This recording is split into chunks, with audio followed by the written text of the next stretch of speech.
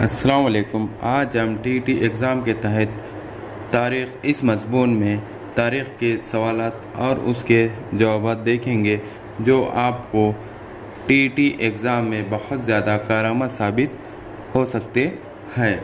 ये सवालात आपको पेपर फर्स्ट और पेपर सेकंड दोनों के लिए कारआमद साबित होंगे। इसके पहले के वीडियो में भी हमने बहुत से सवालात और जवाब देखे थे जो आपको बहुत कारआमद साबित हुए होंगे।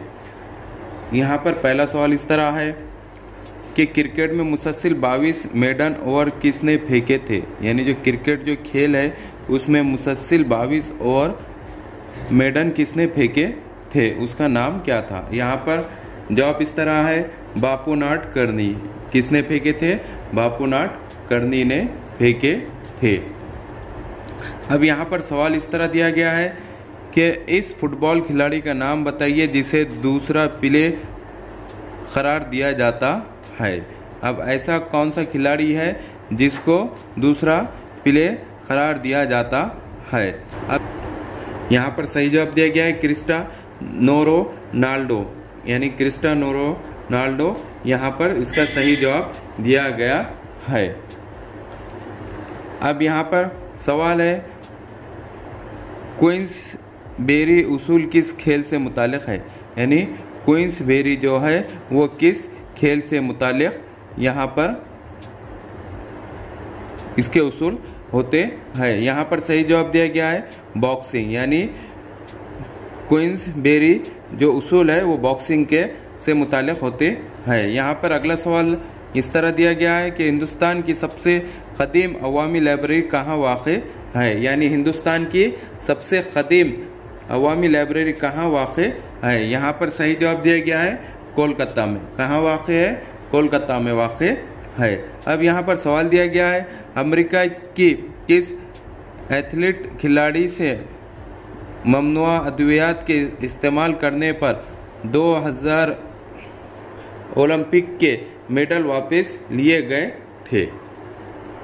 यानी यहाँ पर सही जवाब दिया गया है मारयून जोन्स। कौन है? मारयून जोन्स से मेडल वापस लिए गए थे। अब यहाँ पर सवाल इस तरह दिया गया है कि टेस्ट क्रिकेट में सबसे ज़्यादा एम्पायरिंग का रिकॉर्ड किसके नाम है। यानी जो टेस्ट क्रिकेट की जो एम्पायरिंग है उसका रिकॉर्ड सबसे ज़्यादा किसके नाम है कि किस एम्पायर ने सबसे ज़्यादा रिकॉर्डिंग की है किसमें? टेस्ट क्रिकेट में। यहाँ पर सही जवाब दिया गया है स्टू बकनर। यानी स्टू बकनर ने सबसे ज़्यादा टेस्ट क्रिकेट में एम्पायरिंग की है। अब यहाँ पर सवाल दिया गया है मशरक़ी पाकिस्तान का नाम बांग्लादेश कब रखा गया। जब मशरक़ी पाकिस्तान का नाम बांग्लादेश कब रखा गया। यहाँ पर सही जवाब दिया गया है 11 जनवरी 1970 को। कब रखा गया? 11 जनवरी 1970 को रखा गया। अब यहाँ पर सवाल इस तरह दिया गया है दुनिया की बुलंद तरीन चोटी माउंट एवरेस्ट फतेह करने वाला पहला शख्स कौन था। यानी दुनिया की बुलंद तरीन चोटी माउंट एवरेस्ट फतेह करने वाला पहला शख्स कौन था। यहाँ पर सही जवाब दिया गया है sir Edmund Hillary. Sir Edmund Hillary ने माउंट एवरेस्ट फतेह की थी। अब यहाँ पर सवाल दिया गया है कि माउंट एवरेस्ट की बुलंदी कितनी है। यानी जो माउंट एवरेस्ट जो चोटी है उसकी बुलंदी कितनी है। यहाँ पर सही जवाब दिया गया है 8850 मीटर। यानी 8850 मीटर है। अब यहाँ पर सवाल दिया गया है दादा साहब फाल्के अवार्ड सबसे पहले किस अदाकारा को दिया गया। यानी जो दादा साहब फाल्के जो अवार्ड है वो अदाकारी के लिए दिया जाता है, तो सबसे पहले किस अदाकार को दिया गया। यहाँ पर सही जवाब दिया गया है देविका रानी। किसको दिया गया? देविका रानी को दिया गया। अब यहाँ पर सवाल दिया गया है ऑस्ट्रेलिया ओपन के तीसरे राउंड तक पहुँचने वाली पहली हिंदुस्तानी खिलाड़ी कौन है। यानी ऑस्ट्रेलियाई ओपन का जो खेल होता है तो उसमें तीसरे राउंड तक पहुंचने वाली पहली हिंदुस्तानी खिलाड़ी कौन है। तो यहाँ पर सही जवाब है सानिया मिर्जा। कौन है? सानिया मिर्जा जो ऑस्ट्रेलिया ओपन के तीसरे राउंड तक पहुंचने वाली पहली हिंदुस्तानी खिलाड़ी है। यहाँ पर सवाल दिया गया है कि भारत के किस खिलाड़ी को जंबू कहा जाता है। अब यहाँ पर जंबू किसे कहा जाता है, यानी भारत का ऐसा कौन सा खिलाड़ी है जिसे जंबू कहा जाता है। यहाँ पर सही जवाब दिया गया है अनिल कुंबले।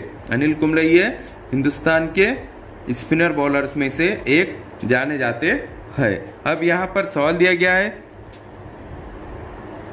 टाइटैनिक जहाज कब बर्फ की चट्टान से टकराकर हादसे का शिकार हुआ था। अब जो टाइटैनिक जहाज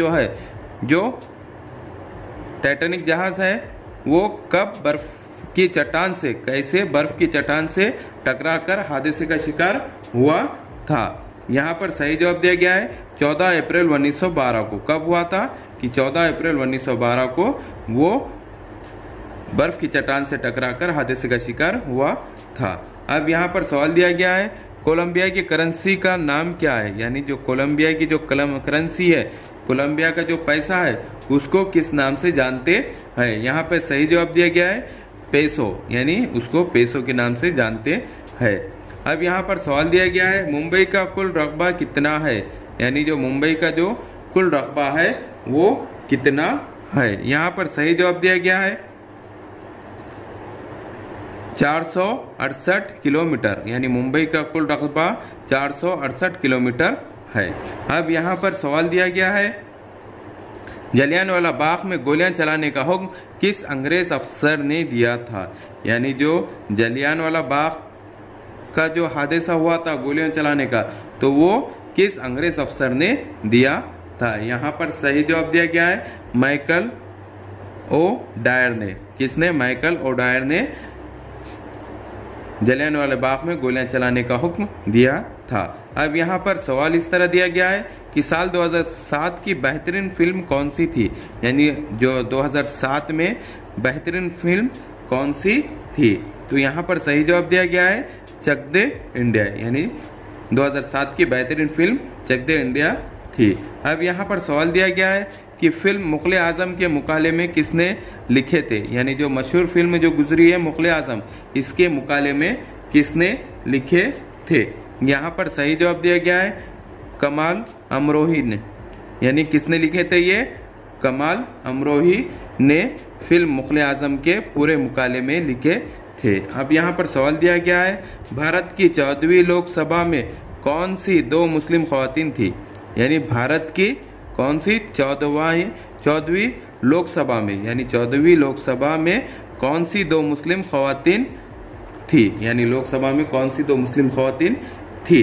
तो यहाँ पर सही जवाब दिया गया है महबूबा मुफ्ती नंबर 1 और नंबर 2